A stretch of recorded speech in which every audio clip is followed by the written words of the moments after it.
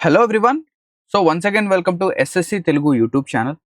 So ఎవరైతే SSC CGL 2026 కోసం wait అనేది చేస్తున్నారో లేదా ఈ ఎగ్జామినేషన్ కోసం ఎవరైతే డైలీ 8 to 10 అవర్స్ లేదా కంటి మీద కునుకు లేకుండా చదువుతున్నారో వాళ్ళకేంటంటే ఒక బ్యాడ్ న్యూస్.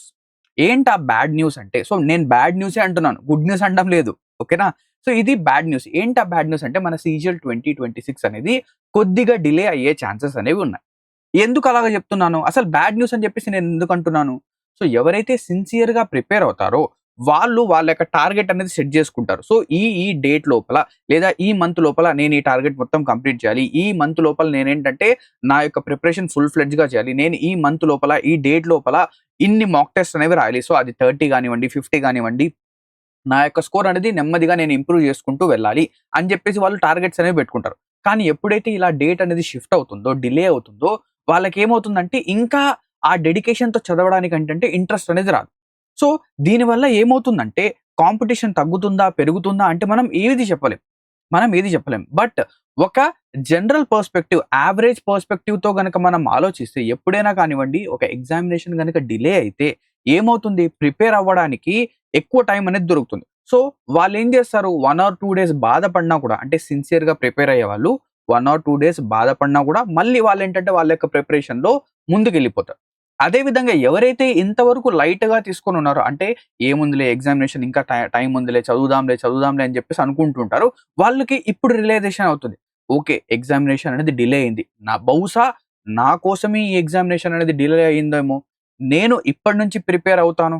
అది కూడా సిన్సియర్‌గా ప్రిపేర్ అవుతాను. మంచి మార్కులని తెచ్చుకుంటాను. సో ఒక జనరల్ పర్స్పెక్టివ్‌తో ఆలోచిస్తే కాంపిటీషన్ అనేది ఏమవుతుంది? పెరుగుతుందని చెప్పేసి మనం చెప్పొచ్చు. ఎప్పుడు ఎగ్జామినేషన్ అనేది డిలే అయినప్పుడు. డిలే అని చెప్పేసి నేను ఎందుకు అంటున్నాను? ఎందుకంటే మన దగ్గర ఒక చిన్న ప్రూఫ్ అనేది ఉంది. ఏంటి ఆ ప్రూఫ్ అంటే, ఏదైతే సీజీఎల్ నోటిఫికేషన్ రావడానికంటే ముందు ఒక నోటీస్ వచ్చింది. ఏంటి ఆ నోటీస్ అంటే సెలక్షన్ పోస్ట్ నోటీస్. సో ఈ selection post notice 13th of ఏప్రిల్‌న మనకేంటంటే రావడం జరిగింది. దీని యొక్క ఎగ్జామ్ వచ్చేసరికి జూన్‌లో జరుగుతుందని చెప్పేసి ఎస్ఎస్‌సి స్పెషల్లీ మెన్షన్ చేసింది. కానీ దీని గురించి మనకేంటంటే ఎటువంటి ఇన్ఫర్మేషన్ ఇవ్వలేదు. ఎగ్జామ్ ఎప్పుడు కండక్ట్ చేస్తారు? జూన్ మంత్ ఎప్పుడో అయిపోయింది. సో ఈ రోజు నేను ఎప్పుడైతే వీడియో చేస్తున్నానో ఇదొచ్చేసరికి జులై 9థ్. ఈ డేట్‌లో గూడా మనకేంటంటే ఎటువంటి ఇన్ఫర్మేషన్ అనేది వీళ్ళు ఇవ్వలేదు.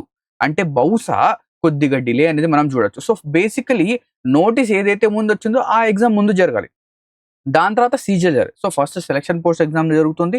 దాని తర్వాత సీజీఎల్ జరుగుతుంది. సో సీజీఎల్ ఎగ్జామ్ డేట్స్ గనక మనం చూస్తే సీజీఎల్ వచ్చేసరికి ఆగస్ట్, సెప్టెంబర్ 2026లో ఉంటుందని చెప్పేసి మనకు మెన్షన్ చేశారు.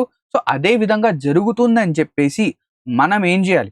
సో నేనొక సింపుల్ అడ్వైస్ చెప్తానండి. ఎవరైనా గానివ్వండి, ఒకవేళ మీరు సిన్సియర్ యాస్పిరెంట్ కానివ్వండి, లేదా ఒక యావరేజ్ యాస్పిరెంట్ కానివ్వండి, ఇప్పటి నుంచే మీరేంటంటే మీ యొక్క ప్రిపరేషన్ స్టార్ట్ చేస్తున్నా కూడా మీరేం చేయాలంటే, నా దగ్గర అంత ఎక్కువ టైం అనేది లేదు. సో చాలామంది ఏంటంటే చెప్తుంటారు, అక్టోబర్‌లో ఎగ్జామినేషన్ జరుగుతుంది, నవంబర్‌లో ఎగ్జామినేషన్ జరుగుతుంది. అదంతా వద్దు, పట్టించుకోవద్దు. మన ఎగ్జామినేషన్ ఏదైతే నోటిఫికేషన్‌లో ఇచ్చాడో దాని ప్రకారంగానే జరుగుతుంది. కానీ ఆగస్ట్ స్టార్టింగ్‌లోనో లేకపోతే మిడ్ ఆగస్ట్‌లో జరగాల్సిన ఎగ్జామినేషన్ ఆగస్ట్ లాస్ట్ వీక్‌లో జరుగుతుంది. ఆగస్ట్ లాస్ట్ వీక్ లేదా September first week. August last week లేదా సెప్టెంబర్ ఫస్ట్ వీక్‌లో ఎగ్జామినేషన్ జరుగుతుంది. ఈ లోపల నేనేం చేయాలి? నా యొక్క సిలబస్ మొత్తం కంప్లీట్ చేయాలి. నా యొక్క రివిజన్ మొత్తం కంప్లీట్ చేయాలి అని చెప్పేసి టార్గెట్ పెట్టుకోండి. ఒకవేళ నాకు తెలిసినంత వరకు ఖచ్చితంగా ఏంటంటే, ఈ డేట్స్‌లో ఏంటంటే ఎగ్జామినేషన్ జరిగే ఛాన్సెస్ కొద్దిగా తక్కువే. అవునా? కొద్దిగా, కానీ మీరు టార్గెట్ ఏంటంటే ఇదే పెట్టాలి.